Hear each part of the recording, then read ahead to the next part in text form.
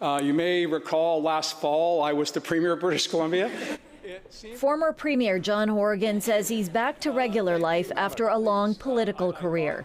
He hasn't been in the legislature since David Eby became Premier, and now he's hanging up what remains of his political career, resigning as Langford-Juan de Fuca MLA effective next month.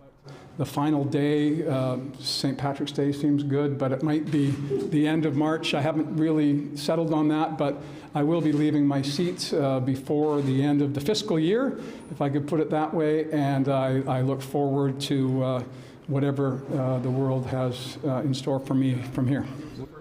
He says he's healthy. I'm healthy. I don't have cancer, sorry. Yeah. He was first elected in 2005 and has been re-elected 3 more times. In 2014, he became leader of the BC NDP and led the party to victory in 2017, defeating Christy Clark and the BC Liberals. With his warmth and ability to connect with people, he navigated the BC NDP towards capturing more of the center of the political spectrum. But health problems took a toll on Horgan. He announced that he would leave his post as Premier this past summer after a battle with throat cancer, his second bout dealing with it. David Eby became Premier in November. He's shown that a guy who struggled as in his younger years, lost his dad, raised by a single mom, can hold the highest office in our province, and can be respected by friend and foe.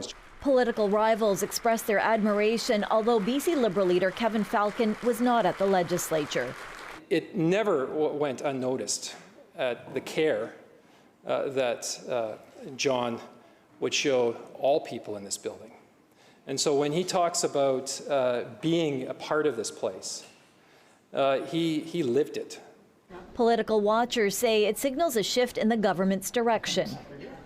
I think it's another indication that this is a progressive transformation of the party to a newer generation. Eby's government has 6 months to call a by-election after Horgan resigns officially.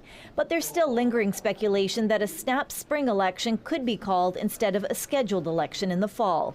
Press doesn't think so, but says a by-election will be one to watch. And then I think we'll look at the campaign itself really as a dry run for the forthcoming general election. Still today, the focus was on John Horgan's final farewell to political life and an important legacy in BC politics. I have no regrets about the way of the world. Mira Baines, CBC News, Victoria.